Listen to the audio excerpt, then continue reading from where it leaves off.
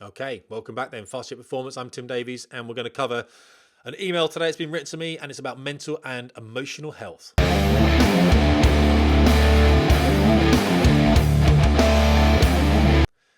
Some music should have played there. That's how they do those professional videos, isn't it? I'm not really too sure what's going on with that, to be honest with you. Anyway, a guy's written in. I know this guy's written in before, and he's a good guy, working really hard then for Pilot. He actually says here that I'm going to read you the email, but the gist of this initial part of it, that he's found the other stuff I do, the podcast and everything, really useful. A lot of people are saying that, which is really cool. I get a lot from that. Thank you personally. And he's happy for me to share this for other people so they can learn from it as well. I'm going to read his email. It's 3 paragraphs. It's not too long. It talks about what he's doing currently in the education system, his aspirations, hopes and dreams, and then the issue he feels that he's having with his current state of affairs. Then we're going to discuss it because I've got something down here, if you're actually watching on the video, called notes. If you're on the podcast, I just showed a piece of paper. All right. It says here, I know we've spoken back and forth before about becoming a pilot and my personal restrictions and limitations physically. I've watched all the podcasts recently and must say they're incredibly helpful, especially for me personally. Learning from other people's experience really does help, and I can thank you and all the people who have submitted their own inquiries. This email is mainly about mental health and self-confidence. I've watched the videos about mental health and pilot confidence issues, but the problem is I stopped relating to them because they're all about when you are actually a pilot. Let me know if I've missed something about mental health before people actually join. I began to have thoughts and feelings that I'm not good enough, and I'm doubting all the concepts about myself being accepted for the pilot role within the last few months, and it's really affected my decision to even apply to be a pilot. A big reason for this is that I feel I've not gone around the smartest way of getting all requirements for the role educationally, physically, and mentally. I am currently 18, so still in full-time education at college, but I'm studying a diploma in aircraft maintenance rather than A-levels, which I believe a majority of secondary education leavers go on to take. He's saying he thinks most people do A-levels and not these diplomas. I did a diploma, by the way, in aerospace manufacturing something or another. I can't remember what it was, but that was what I did, a high national diploma in that.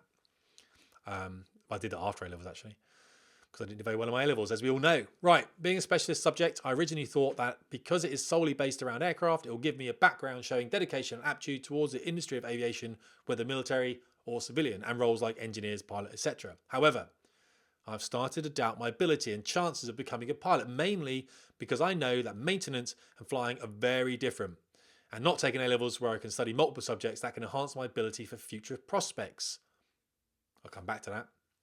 This hit me hard in terms of mental health, constant feeling of somewhat uselessness, anxiety in ways that make me feel if I cannot get the requirements for the lifestyle I want more than anything, then I will not be successful in any job I apply for. Okay, I think I understand that. These thoughts also restrict my learning ability at college, which might affect my learning outcome, and I'm quite worried that it will. Right, physically, I've never been incredibly fit, although I've come from an athletic background. I am improving that, and I'm doing more exercise in my free time. I'm also filling my time with important physical and social activities to make sure that I do not sit around doing nothing for too long. I'm sleeping correctly, I'm eating correctly, I'm tracking all the details of my physical activity and what I consume, but the thoughts mentioned previously have made me doubt my physical ability as well as other aspects of my health, and I've started to lose motivation for improving my physical abilities. This loss of motivation has drastically affected my performance, and I've noticed lapses of improvement. I say to myself every day that I'm doing this for myself, trying to achieve my goals, but it's not as effective as it used to be. Sometimes I do not even bother trying to motivate myself as I feel nothing will work. I know this email is quite long-winded and you might not be able to provide information and advice to my situation, but as I said, anything and everything will help. Well, because you've written in, nameless, I will answer you, which is fine. Right, I'm going to go back over one of these little bits here. This is quite a common email, to be honest. I want to talk a little bit about my mental health in a minute, by the way, because I get a lot of people writing in at 18 saying they've got mental health issues, and I want to address that.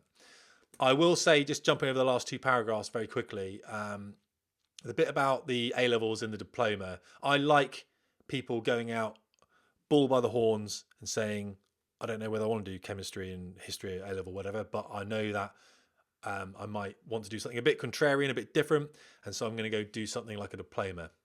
That's a real life skill. And if you want to follow someone on Facebook or on the internet, look up a guy called Mike Rowe, Rowe. He's an old boy, but older than me. He's an American guy, great guy, and he's very much into the blue collar working jobs, salt of the earth, American jobs, manufacturing, engineering. Just watch some of his stuff. I love that stuff. Real tangible skills, not people sitting around in meetings talking about nothing, a lot of politics, none of that. It's about people going to work and producing something that's real. You get a real sense of self-worth by doing that. So that's what he's doing. He's actually doing a diploma in aircraft maintenance, which is really cool. And when he says here as well, and I know every single pilot out there, especially, well, anyone flying anything, and any engineers out there as well, where it says here that engineers and pilots are very different. Well, you want to speak to test pilots and you want to speak to pilots in general, really. I mean, most pilots have done some kind of physics or maths. They've done some kind of aerospace engineering degree or something like that.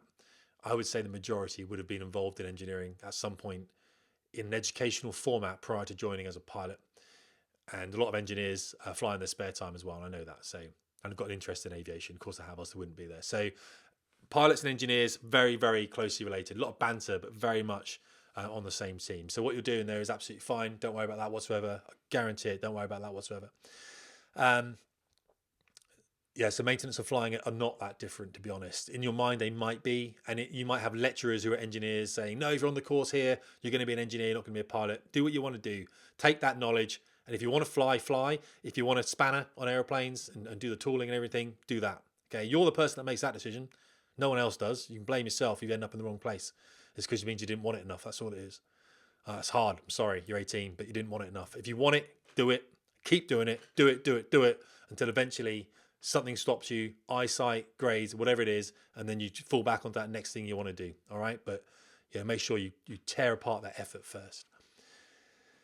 So he says, in terms of mental health, he feels a bit useless. He's got a bit of anxiety. I think everyone has. I'll talk about mine in a minute. And he feels that restricts his learning. Yeah, absolutely. I'll talk about ways that you can overcome that as well. Physically wise, I remember seeing something on my site about someone, whoever it was, and this is not a helpful comment, saying that people, you're being led by like ex-regiment gunners or something on your PTI classes at Cranwell and things like this, and it's not true. There's PTIs in the military, really good people, the PTIs in the military. I've got a lot of time for them. If you're in the military, you can walk into a gym anytime. There's PTIs there. My dad, when he was a Royal Marine, I went into the gym down at Limston and he said, I want to do something different, and the PTI was like, oh, I've just started trampolining. Do you want to come trampolining with me? My dad was like, all right. And so together, they learned how to trampoline together. The PTIs, I'm not saying there's still trampoline in the military, but what I'm saying is you go in, you speak to a PTI, they will spend the time with you to make you better in whatever you want to be. So if you feel that your fitness is not where it should be, a PTI in the military will write you a program to get you back up to where you need to be. They're specialists at their roles. They're just like pilots or engineers or air traffickers or admin or suppliers or logisticians. These people are specialists. They're specialists in getting people up to the physical standard that they should be. I like PTIs a lot, actually. I must admit, I've got a lot of time for them. They're good people, really good people. And they get to sit in the gym, lift weights every day. Makes the rest of us look really weedy, which is brilliant, of course. Thanks for that. But yeah, if you're worried about your physical ability, then don't be. You're not going to get massively beasted at Cranwell. It's not what you think it is. It's actually very progressive time there. As long as you can pass the entrance test and everything, you are fine. Genuinely, you are fine. And the rest of it will be taken care of in your initial officer training or whatever training you go through, whatever stage in the military. They don't want to break people because you have to back course them. And if you have to back course people, then you end up with the wrong number of people on the course and it's a nightmare. So they are very careful not to break people. But you're doing the right thing here, Buddy Roo, by sleeping correctly, eating correctly, tracking all your stuff. You can't manage what's not measured. So you're doing really well with that. And yeah, you're doing it for yourself. Good. I'm going to talk. I like the email. I'm going to talk off that email now. I'm going to bring up some of the things I've got here prepped to one side. Right. So again, we're looking at mental health. Mental health, and I was just speaking to a counsellor earlier because I've been accused of not knowing what I'm talking about.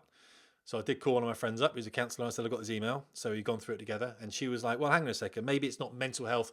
Okay, it is mental health, she said, because there's a gradient. But emotional health is something that she's very much into when she talks about these things. There's an emotional quotient that this guy is probably not in, he probably hasn't got as much of as he requires. And that's what he's talking about. I think mental health, and I want to talk a little bit about that in a minute.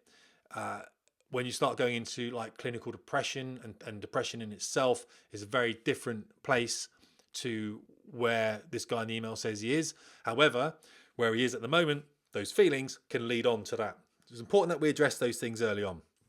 So the key really is a spectrum of mental health. And it goes from I'm feeling a bit sad all the way up to I cannot get out of bed in the morning and I'm hospitalized. I'm literally I've got one of those straight jackets on and I'm in some mental hospital. So that's everyone's on that spectrum somewhere. And some days you're higher up on that spectrum than other days, okay? But we're all on that spectrum. I want to talk to you about a book I've got on that. And I want to talk to you about some other things about it as well. So I've got a book I read recently, which is quite a good one over here. Is this one here. It's called Richard Carlson, Stop Thinking, Start Living. All right. A good book, really, talking about how all your feelings are controlled by your thoughts. And if you can get in touch with your thoughts, then you can understand your feelings. I could just read a bit of it here, really. Let's have a look. Self-fulfillment, personal satisfaction and happiness. It all comes down to happiness, doesn't come down to money. But this guy says, how can you let go of negativity and make happiness a habit? It's very interesting. I can't really explain it to you, but there is another book I want to go into. I wouldn't say rush out and buy this one necessarily, but if you are having thoughts that you're allowing to linger, and I am recently, and I'm going to cover those in a second, then that's a good book to get into because it means that you can recognize those thoughts. And one of the things I gained from that, where he was basically saying, if you're having bad thoughts can be like a headache. They're there temporarily. You can be in a real dark place, but as long as you know that, like a headache, is going to go away at some point, then actually you can live through that dark place. And I'll talk about my little dark places in a minute. Another thing I want to talk about, though, another book-wise that might help some people out if they are going through here. I've got some things open on my computer here. So here we are. There's a book then out there, and I haven't got the book here, but I will put a screenshot on this video, hopefully, and I'll put something in the notes to Amazon. And this is a good book to get. The other book was pretty good. Richard Carlson's book here, Stop Thinking, Start Living, pretty good.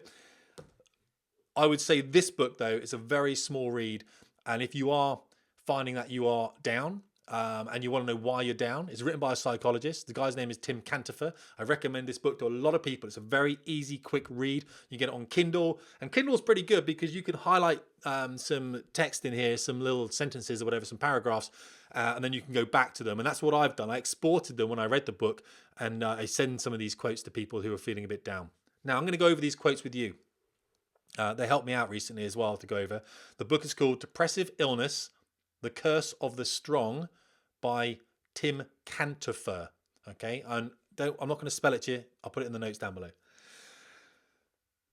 What Cantopher, who's a psychologist, essentially is saying is that people who are strong are the people who become depressed. Now, whether that's clinical depression or whether that is depression, then there is a slight difference between the two, really. It comes down to hormonal and chemical imbalances.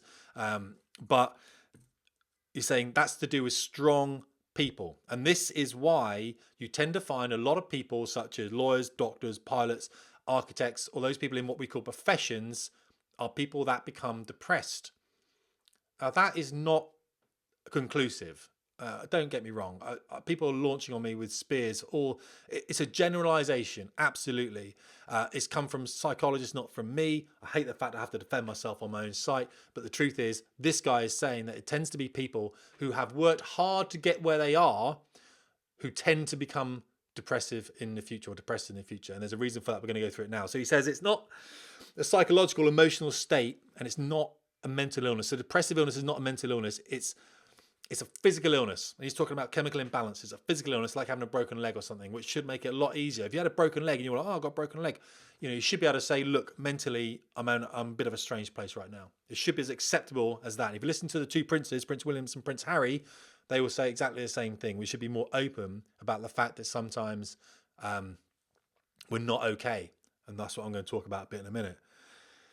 So I've got this other one. Yeah, so it's about the limbic system, of course, where our feelings come from. And when you take that beyond its design limit, the limbic system, prefrontal cortex, all that kind of thing, it malfunctions.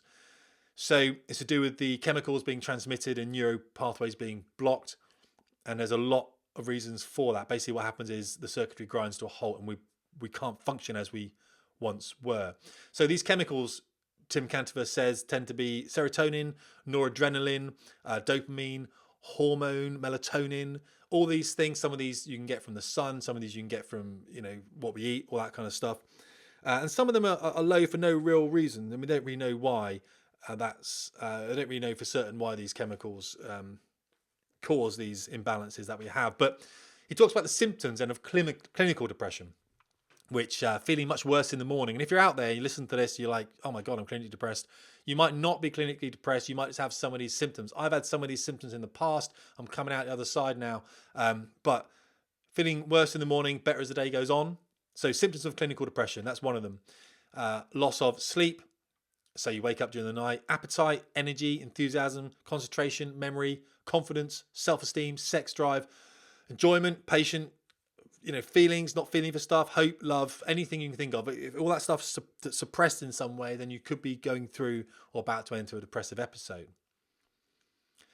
If you're feeling much worse in the morning, like when you wake up and you can't feel the day, it tends to be a bit of a hormonal imbalance that you're going through, which is part of this depressive thing.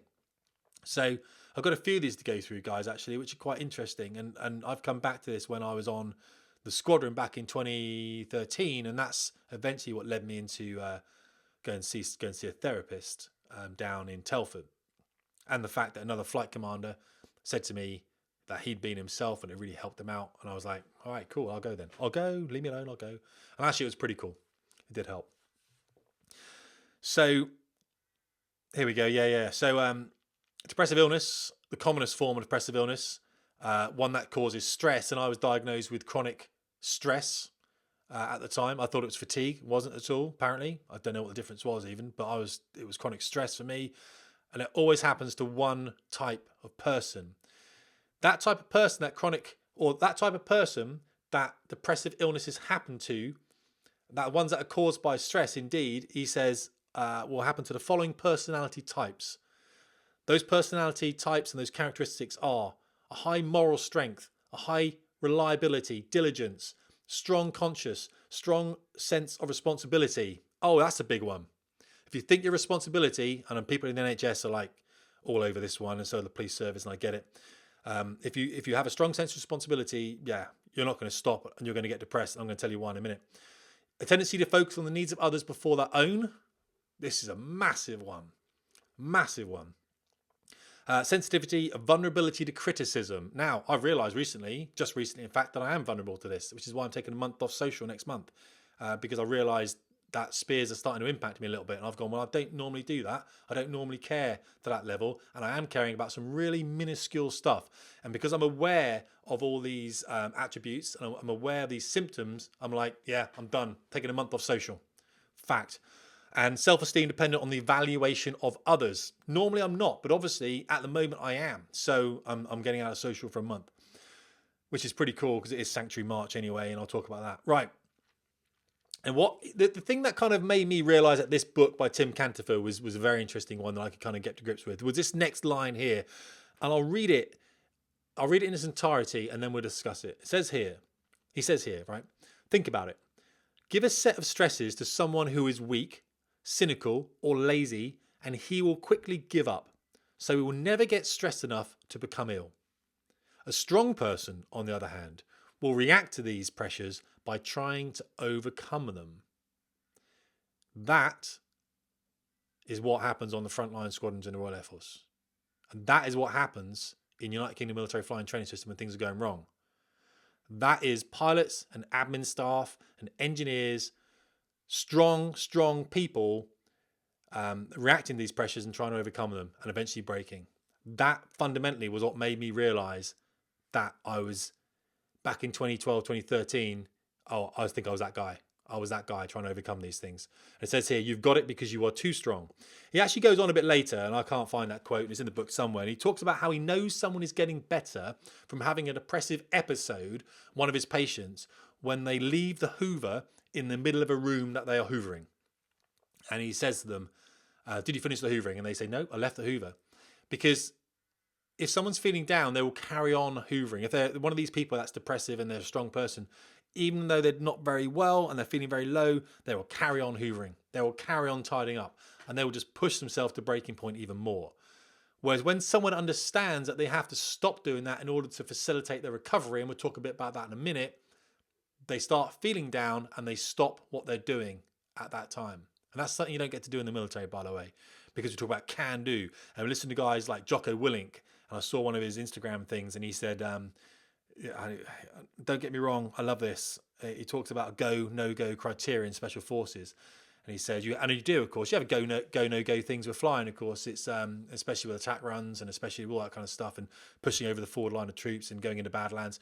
Go, no-go. You have go, no-go items. If you have all these things functional, you go. If one of these things is not functional, you look down your cards. And if it's a red and it says no-go, you turn around and you come home. That might be if your radar warning receiver is not operational. It's a no-go. Go home. What Jocko Willink is saying that when he led his task team Bruiser in, where was he, Ramadi, I think it was, something like that, in southern Iraq, he changed it to a go mentality. You got to love this. You got to love this with Americans. Go. There was no go items. There was only go items. Well, that's fine, but then this is why we wonder why people get PTSD, I guess, a little bit, because obviously they've pushed themselves beyond breaking point. And what I'm trying to say is, in this book here from this psychologist, he's saying not to do that. He's saying to stop things. It's not fun, guys, being in dark places. If you think it's romantic, and you guys won't understand this, but if you go back to the Mel Gibson's characters in Lethal Weapon and things like that, where he's this heroic cop who's got alcohol problems and he's got a dog, he lives on a beach in a caravan, and younger generation won't know what I'm talking about, of course, but he's the kind of hero figure. He's the wounded animal on the beach. He's that guy that goes to work every day, but everyone knows he's a bit rough and he's a bit wild. And if you think that's fun, it's not. It's absolutely horrific. I'll tell you that right now.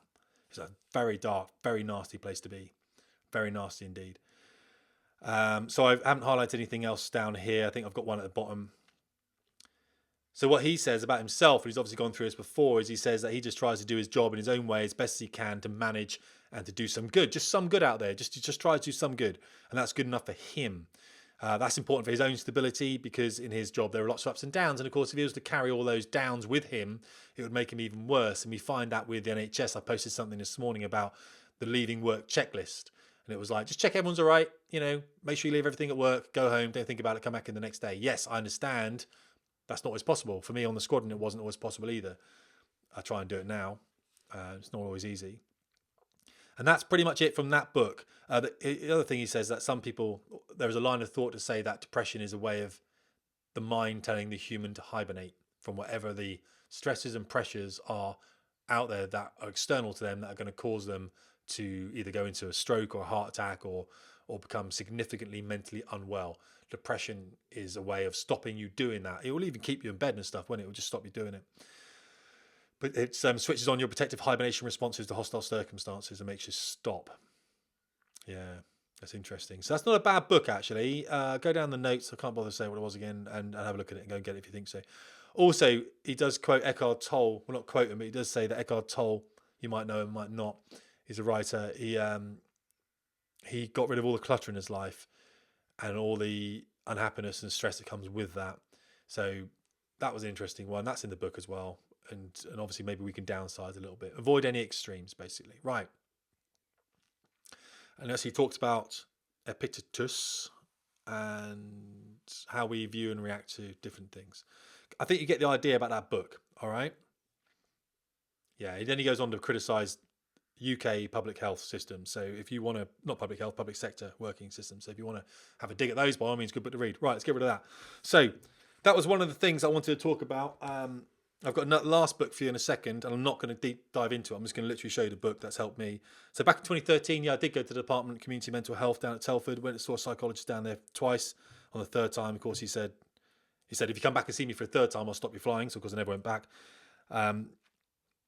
But that is available for military people. You can go down there. And if anything, guys and girls, I'm serious when I say this. For me, I'm not overly convinced it was that useful. But what was useful is getting in the car and driving away from the squadron in work time, spending a day out of work, stopping off for coffee on the way, feeling that I had a bit of autonomy to my day, if that makes sense, and going and seeing someone, have been listened to, which I didn't have a boss at the time that was doing that for me. This was late on 4.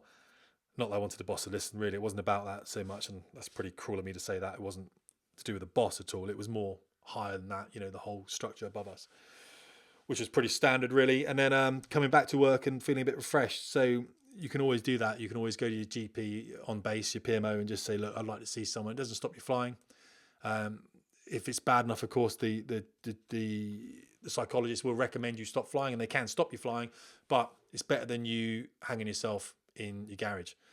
That's a pretty good way of coming on to the next point, isn't it? Because a couple of months ago, I was looking at my garage quite keenly. I was looking at the beams in my garage, and luckily I was nudged into doing something about that, because that's pretty fucking terminal, to be honest, and it was getting that way because I was in a pretty dark place. So, and we have had people in the flying community over the last couple of years who have done that, and everyone kind of, in the morning, it's funny, I've always felt it funny, people are going, oh, can you believe it? It's outrageous. How did that ever happen? And it's like, well, when was the last time you checked on that brother of ours? You know, when was the last time we don't do it, we don't talk about it, we don't say it's okay to not be okay, we never chat about it on squadrons at all, we just fly all the time, and then someone hangs himself, and you're like, oh, that's someone, I didn't realize that, oh, that's incredible, I didn't even know. Well, of course you didn't, because we never talk about it, we just put it under a rug. And in the last couple of years, we've had people that have done that. Some very impressive pilots have killed themselves. And so what I'm getting at, what I want to say by that is that I realized that from leaving the service, you go from a very ordered, structured place into a very chaotic place in the civilian workplace. I don't, for me, it's very different for most people, of course, because there's a lot of pressures that build up that other people won't have, by the way. Some people go straight into an ordered existence inside a company. I just chose not to do that. So there's a volatility in what I do. I work in lots of different businesses. I don't have children, so anchor points aren't there for me. My wife lives away, all that kind of stuff. And, I had problems in the past that I've obviously carried out the service as well. So I do get contacted by people that are in a similar position to me. So a lot of people, and they realise that they can talk quite openly about that, which is really cool. So when you start looking at things and you start measuring things up, and will things take your weight, and are there stalls that you can kick away from yourself and stuff, that's where you need to fucking break yourself. Okay, there's a word I made up for you. You need to get a grip of that, and you need to start speaking to people. You need to really get away, get out. So what I found quite useful is being around a lot of people, really not trying to concentrate too much on the future, but concentrate on the now, because pilots are rubbish at this. Okay, and this has come back to this young guy concentrating on his future as well, thinking about the course he's doing and what's he going to be doing in 10 years time. Very natural to do that, the guy in the email, but the truth is that's going to lead you to be upset with yourself because you're not concentrating on the now. And what mindfulness is and meditation, it's all now. It's all just thinking about now, not worrying about a future that you probably got very little control of anyway. All right, very, very important to realize that there's not much you can do about your future, but you can do a lot about your now. And if you're in a bad place, or you're feeling, very upset, any of those things I talked about, you're not being able to get out of bed in the morning, no appetite, no sex drive, none of that stuff, then now is where you need to concentrate. All right, not the future. A lot of people disagree with that. Go and listen to a psychologist in this book. All right, he talks about it, because I'm talking mindfulness. I'm talking about, he also says, if you, I can't find the quote in here at all, but he says, however busy, stressed and late you are, don't walk up escalators. Yeah, don't. Just stand there. Just look at people and other things. I'm a big fan of just people watching. Sit down in a park, watch people rush about the place. There was another quote he came up with as well, and I can't find it, unfortunately. He says here, it's important to spend your time in pointless activity. If you are all the time doing things that bring tangible results, the chances are that you're running too hot. Wow, hands up who was on a squadron in the Air Force running hot. Well, that to me that's just the description of the entire Air Force at the moment. But that's what happens when you downsize and you carry on with the same task. A lot of businesses do that, don't they? I think there was he was a United States Marine Corps general, can't remember his name now, but he said we will not do less with less, we will do more with less. And everyone in the US Marine Corps went, oh yeah, thanks for that. Brilliant. Downsize us and double up our jobs. Then you wonder why you got a manning issue. Yeah, fine. Yeah, why have we got a manning issue? I can't believe people are leaving because I've asked them to do twice as much. So that's the thing, looking after your people. Right, okay, so I'm going to take a month off social. What it means is I might still post into social, but I'm not looking at any of the comments. Let's go through some comments I've had recently, shall I? And this is one of the reasons that I am getting out of social at the moment, because guys can be dicks. So people have been commenting on my posts, and I'm not saying I don't like that, but I don't think the comments are that reasonable. So what I realised by that is that I'm being very delicate, and my subjective opinions are being challenged, and I'm finding it very difficult with some people who should know better, and they're using my website as a sounding board, in effect, for their own grievances with whatever it might be. One of them, so all my friends, by the way, so when you post onto my site, you give me the God-given right to read out your comment. It's there on the site, right? It's there on the site. If you didn't want people to read it, you shouldn't have put it up there. So I wrote something about flying training recently, and one of the things it was a post. It was only a post, and one of the things I wrote was one of the things I did see was a reluctance by women pilots in training to connect with other women in training, and that didn't come from me. That came from women in training, strangely enough. And I remember speaking to one of my students years ago, and she just joined. She'd been on the squadron for a few months or whatever, and I said, "Have you spoken to this woman on the courses ahead of you?" And she said no. And I said, "Why not?" She goes, "Well, I don't know her and stuff, and I didn't know her through the training system."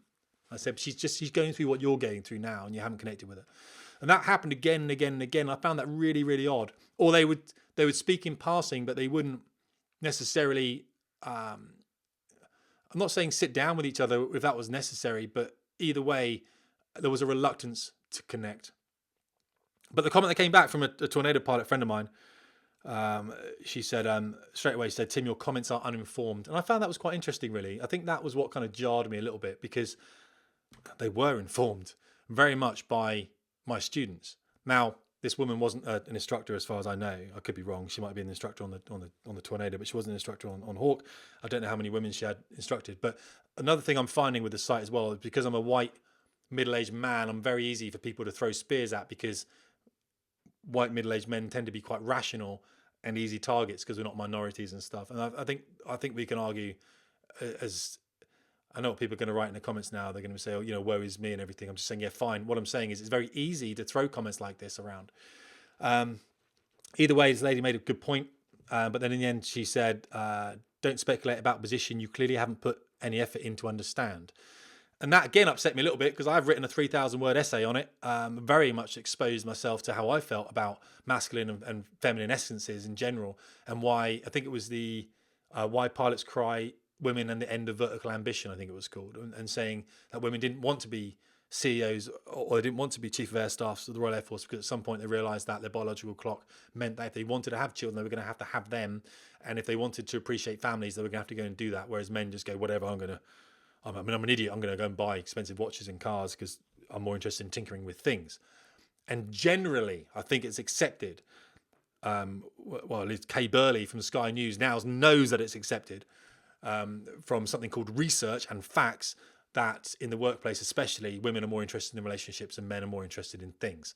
That's written down in something called Inc. Anyway, so I held her to account on that, and I said, no, I do know something about it. I spent a long time trying to understand it and discuss it at length with psychologists. And so I wrote back. And the good thing about this is we're amicable, because we used to fly together or whatever, and we all know this shit. We're fine.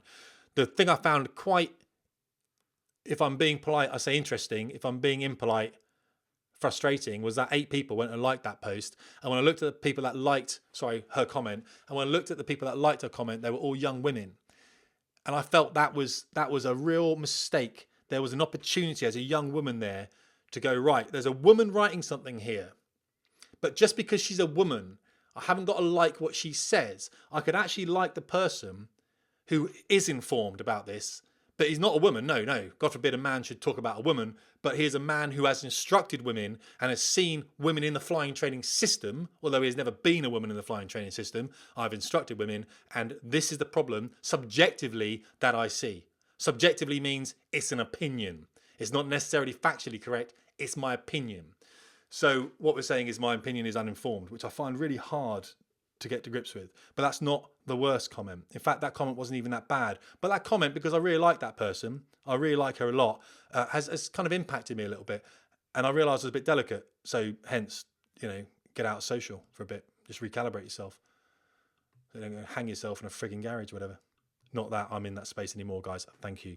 And actually, some really nice comments come in, so I don't need to talk necessarily about those. But someone did contact me recently and said, "Dude, you're getting a few spears on your site. Are you all right?" I thought, hey, that's really nice of you. Thank you for saying that. And it wasn't this guy. This guy is currently out in Saudi at the moment, and he's no longer on the site because I've got rid of him. He was someone that I've worked with in the past. And unfortunately, what happened here is something that I'm finding a lot, where people are commenting on what they want to comment on without actually reference to what's been written. Have a think about that for a second. So what I'd written about was seniority, and of course what I write about, and I say to people so that you read the post to say I was the most senior flying instructor at RF Valley. And that is a factually correct statement outside of someone called the boss, who I did his workup for him. So I taught him how to fly that particular airplane. And the station commander, who I also did his workup for him and taught him how to fly the airplane. Just so happens that I was that guy that did those workups for them. But yes, technically they were senior to me. That is a factually correct statement. But when I say I was the most senior instructor at Valley, and I think what I was doing was I was putting that into some contrarian or some juxtaposition of saying probably like, oh, I had mental health issues, but I was also the most senior guy. Isn't that kind of strange? Therefore, if I can have mental health issues and I'm also the most senior guy, then maybe young people can actually read what I've written and it might help you out. So that's why I'm doing it. You've got to be sensationalist a little bit. But this guy wrote back and said, yes, you're the most senior, but by no means the most experienced. So what he then goes and does, and this is brilliant, he then goes and tells me how experienced he was on the airplane, which of course is, I have no qualms with that whatsoever. Most definitely he was more experienced than me. In fact, he brought the jet in with other guys he mentions here, who most of them are out in Saudi now, I think, and they're good guys. These guys brought the Hawk T2 in, absolutely, which can't have been an easy job. But then he goes on and really just tears me apart here by saying I'm leveraging off a reasonable amount of vanity to score points against a system that you've always probably been at war with for mainly childish reasons, and hilariously my acolytes lap it up, try to provide balance. So of course what he's doing here on my own site is trying to tell him what to do, and if someone was to walk up to my house and spray paint something that I didn't like on the side of it, well, I wouldn't necessarily let them in my garden, would I? And that's exactly what happened here, unfortunately. So I wrote back to him on a personal message and I said, look, come on, that's a bit harsh. And he just decided to rip me apart. In which case I said, well, unfortunately, I don't see how I can continue to have your commentary on my Facebook page, because there are a lot of young people here that don't need that in their lives. So basically, he's not there anymore. It's that simple, isn't it? And I would advise that as well, especially if outside someone's causing you some kind of trauma in your life. There's a lot of people in the world, a lot of good people out there. And if there's someone that's bad, they don't have to be around. You have to choose who's in your life. Okay, that's your responsibility to do that, by the way. You decide who is in your life. If people want to come in your life and they're forcing you in there, you can tell them to ram it. They don't need to be there. And I did that. Well, that's a shame, really, because he's a good guy. Don't get me wrong, he's a good guy. He's obviously going through a bit of a weird time. And I did say, is everything all right, mate? But either way, he was a dick. Now he's a dick without access to my site. And that is a norm, by the way, guys, because remember, we are a tribe on FJP, and if we're not here to help each other, then you can go and find another site to go on. A lot of people there, when I contact them personally, are really, really, really, really good. And it's a lot of context is lost in the particular medium of writing, and we understand that because we just slam something else out, we post it, and we walk away. I really think about the words I use. And in fact, there was an email that came in from a 19-year-old woman recently. She's written me 2 emails, about 3,000 words each. Really clever, intelligent young lady who's really into researching her own views and as to whether they are balanced and correct or not. And I have a lot of time for that. But she misquoted me, unfortunately, on one of my essays and then challenged me on what I'd said and it was misquoted.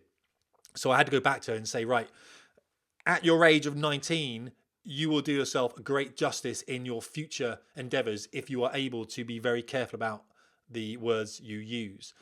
And she actually, well, she hasn't been back yet, but I wrote back to her and said, look, because I haven't said this, I said, you've read that in your mind, but that's not what was said. What was said was very well defined. And I think you've read it as something else. It was about the patriarchy and toxic masculinity, both things of which I struggle necessarily to see. Obviously there are outliers and there are people out there, I'm sure, that are part of that, but I just don't see it. But then again, I am that white middle-aged male, probably part of that, whatever. And that's, I think, what she was talking to me about. Done the email, tick. Done the notes, tick. Booked. Last book, guys. This is an interesting one. It's about alcohol, because me and alcohol, we've got a bit of a journey that we've been on, and we keep going on this journey because I'm a dick. So this book is by a guy called William Porter. I'm holding up a book now for those on the podcast called Alcohol Explained. A guy called William Porter. If, like me, you like something called facts and you like something called research, this is a great book. If you want to go down the AA 12 steps, which I haven't, by the way, but my mother, my father, and both my sisters have. If you want to do that, do that. I don't believe in a higher spiritual being in that sense, even though that can be part of me and I fully understand it. And I have read the 12 steps. I just didn't really like it. This is a great book, though, Alcohol Explained, because what William Porter does, he's ex-military, by the way. I think he was an infantier, and he does some stuff on YouTube, but not a great deal. And he's a really unassuming guy, which the book is so... What's the book? There's no agenda in here. The guy's literally written down his research. He was struggling with alcohol, and he was like, why am I so tied up in this? Why is this really a part of my life? I don't want it to be. Not overly convinced he was in a massively dark place. Like me, it was just a bit of a problem thing. He's like, come back in the evenings and smashing in a couple of bottles of wine or some beers or whatever, you know what I mean? Every single night. And he was like, so what is it? Why am I doing that? Why do I have to do that? Well, it explains in here what this does to the brain and why we use alcohol, because of course it's a depressant. But what alcohol does is I don't need to go into it because you won't read the book, will you? But do read the book, guys. This is obviously part of depression and part of not feeling great, alcohol. Because what you're doing is switching off your feelings, not dealing with them, of course. So what he's saying in this book, really, when it comes to, we do a whole podcast about this, but alcohol in general is that alcohol is a depressant, depresses, obviously, the activity in your brain. Your brain feels that and says, whoa, I'm getting depressed. So it pumps up loads of chemicals, serotonin, all those other ones, dopamine, everything else, pumps them up, massively pumps them up. So you get this what is the word for it? Stimulation. So your brain is now stimulated, and that stimulate manifests itself in anxiety. That stimulation becomes anxiety. Well, how do we reduce anxiety? Well, we do it through another depressant. So what you do is you take another beer. And the difference between, he says in the book, which is quite interesting to me, was an alcoholic and a non-alcoholic. He says the difference between those two people is the alcoholic is understanding of the fact that the anxiety they are feeling can be, due to alcohol, can be cured by alcohol. And once you go through that whole circle, guys with problems with alcohol on the site will fully understand what I'm talking about here, then you are in a loop. And then you need to do something about it. And I broke it back in 2016, I had 2017 off. Didn't drink at all in 2017 for a year. Went back into 2018 and drank throughout the year. And then got to the beginning of this year, obviously feeling very dark, in a quite a low place, and went, well, hang on a second. Let's just square away the variables that are inputting into this negative behavior, because as a pilot, as an ex-pilot, we are a big fan of the debrief and stuff, and we look to it and we're like, what the hell's going on here? What is going on here to cause this? And so there's me staring at beams in the garage thinking, there's something in your life that is not right here. Lay those variables on the table. Doesn't matter how you do it, write on a piece of card, whatever it is. And one of those massive variables staring me right in the face was alcohol. So it was like, square that shit away from day one. Get that out of you. And that is hard, by the way, when you've been drinking a bit to get rid of alcohol and you've got an active brain and you want to suppress that brain and now you're not doing it anymore. People go, get a hobby. It's like, whatever. So for me, I haven't drunk for about 6 weeks now. Can't say it's much fun, but it's not as bad as you think it is, because this book sets it right out. This book, when you read it and you go back into it, I read this on Audible. I listened to it on Audible first off in the car. And you want to come back to it again and again and again. From chapter 2, you're really into this. You're like, that's fascinating. And he's a really unassuming guy. He's got no agenda. He doesn't care whether you stop or whether you carry on. He doesn't moderate anymore. He tried it and he's like, well, just causing me more anxiety. So there's no point, is there? What's the point in moderating? I'm just anxious the whole time. So he stopped, doesn't drink anymore. I don't know whether I'm going to. I was at the RF club the other night and, I had a bit of wine with the meal. Literally not much at all, to be honest, though, really. And I didn't need to, didn't really want to. It was fine. I'm more than happy with it. I'm in a better place with that now. But I'm just letting you know that sometimes staying in the service for 20 years is going to have a negative effect on you. Maybe it's not that at all. I don't know what it is, to be honest with you. But either way, it's probably something to do with my family, isn't it? And alcohol in the background and the upbringing and all that kind of stuff. But getting rid of those variables. So nutrition, sleep, what the guy in the email mentions is a really big thing with sleep. Nutrition, exceptionally important. He seems to square that away. Exercise. If you're going to make tangible change in your life, guys and girls, don't run out and do. Remember what I talked about, going for a run first thing in the morning. If you're planning on running first thing in the morning and you haven't done it for a while, your brain's not going to want to do that. It's just too much. You're going to change my diet. I'm going to get no exercise. This is why New Year's resolutions never work. It's an incremental approach to performance. So have your shoes and your running kit by the bed. Get up in one morning and just put your running kit on and just get back into bed. Next morning, running kit, get down to the front door, step outside, back in. We've done this 1,000 times before. Take it slow, is what I'm saying. So maybe this is what I did with the 4 weeks of my adjustment from not feeling brilliant to where I am or I was about a month ago or so. First thing was, just try and eat a bit more healthily than you're doing. We can all eat more healthily. And then second week was really square that sleep away, because rubbish at sleeping. Still am. Hate sleeping. Hate it. But just square yourself away with a good amount of sleep. Maybe get some multivitamins, some zinc and magnesium, some fish oil. And he recommends all that stuff in the book, you know what I'm saying? Stuff that's going to help you out. Third week, maybe square those things away, nutrition, maybe do some bit in the now, meditation if you want to do that. I don't really like that personally, but I'm into making watches and stuff. I take watches apart, try and fix them. So I'm in that kind of zone, that very much focused zone. Just put some West Coast rap on in the background, kind of, like that. So that's my kind of meditation, I guess. And then fourth week, you can then start thinking about exercise, light exercise, building into more exercise. Can we tick that book off? Yes, we can. Done the comments. And then, and that brings me into really saying this guy's probably doesn't realise that he's actually in a better place than he thinks he is. He is doing something exceptionally tangible with his life at the moment, where he's doing a really, really credible course. He's always going to have a skill set there that is going to be in demand, whether it's in the military or civil sector. It's going to be in demand. And any military will look at this guy and go, wow, why didn't you do A-levels? And then he'll tell them and they will say, that's a really mature way of thinking. I really like that. Real mature way of thinking about what he's doing. I don't want to keep this podcast going on too long, guys. Last thing then I would say, I've been down in London recently with Aerialist. I'm obviously a strategy guy for that. So I do a lot of work with Aerialist, which is a new flying trainer. In effect, it's a classroom in the sky. We're taking a classroom that you would do in a very conventional sense of flying training, especially in a military context, putting that in the sky, and that's where you're going to learn. These jets are amazing. There's 2 jets, technically 3, but there's really 2 flying training jets. One which is pretty much like PC-21 speed, and the next one is up to Hawk in performance with the specifications, both jets. And there's a lot of people that are very much involved in this, big businesses, and you can find them on the website. I won't go into them now, but very interesting. But one of the main things about this within the flying training system that we are running alongside this aeroplane, so it's a full flying training system you get with the jets, the lease model. So you don't buy the airplanes, you lease the flying training system. But one of the biggest things that we're doing with not just in ground school, but the whole of the flying training is mental health. Mental health is part of the flying training course throughout. If you're on a flying training course now, by the way, and I'm honest about this, guys, because I genuinely do not know. If you're in a military, if you're in UK military flying training system, I kind of do know because I was party to the course where there. But if you're in one of these civilian ones for an airline or something like that, I don't know. I'd be interested in how much mental health there is in your syllabus. All right. I am interested in that only because I don't think there's much.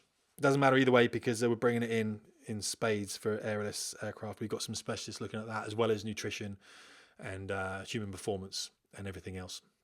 Talking about fatigue, stress and all that stuff we've talked about on this podcast. So really, hopefully you've got something out of that. It's a bit of a thing about, why I'm not going to be involved in social next month. Sanctuary March, then we did say Sanctuary stood for spirituality, activity, nutrition and commitment, SANC. I'll put that in the show notes so I remember as well. And those things, there's an essay out there as well. You can read about that. I think that was it was about me trying to crash into one of my students. Oh, it's one of the recent essays, guys. Look it up on the site. I'll see if I can find it for you now, actually, about Sanctuary. Let me just try this. I'm typing in my computer. Sanctuary, fast jet performance. I'll see if I can link to the essay in the thing. Oh, yeah, there we go. Sanctuary, not just a home of lost fighter pilots. That essay's down there as well. Have a read of that if you want to, all right? So it's about squaring yourself away, taking time out for yourself. We are exceptionally bad at doing that now. Right, anyway, all the people writing to me saying, hey, Tim, you all right? Yeah, I am. I'm fine. But thank you for writing in. Most definitely. I do appreciate it. And this is what I'm trying to get out from people is keeping a lookout for each other because I guarantee it, one day in the next, year, 2 years, 5 years, 10 years, 20 years, you'll wake up to a text one morning and someone will say, hey, have you heard about Big Jim? And you'll be like, no, what's up? You'll be like, well, he's dead. And then you'll find out that, Big Jim or whatever, killed themselves. And you'll be like, oh, how could this happen? This is outrage. And hopefully you remember this fucking podcast. Because I'll tell you how it can happen. Because, we just, unfortunately, we don't pay attention to the crowd and to the tribe. And that's what I'm trying to do right now. Is pay attention to people, especially this young lad who's written into me saying it doesn't feel too great. And what I'm saying is, actually, you know what? You're doing all right. You're doing all right. There's a lot of people out there that aren't, by the way, especially when they're looking at what careers they're supposed to be going into. And it's a nightmare time. It really is with exams and everything else. But, maybe stop comparing yourself to others, concentrate on the now a little bit more, and you should be okay. I'm going to leave it there, guys, because it's running out to something ridiculous like 50 minutes. These are going to be like those large podcasts, aren't they? That like Joe Rogan and stuff does where you've got like a 4-hour podcast. And it's like, I've not got that time in my life. Anyway, hopefully you got through it. I really appreciate it. Listen to it as a podcast. The video is just there as an aside. All right. Appreciate it. Tim Davies, Fast Jet Performance.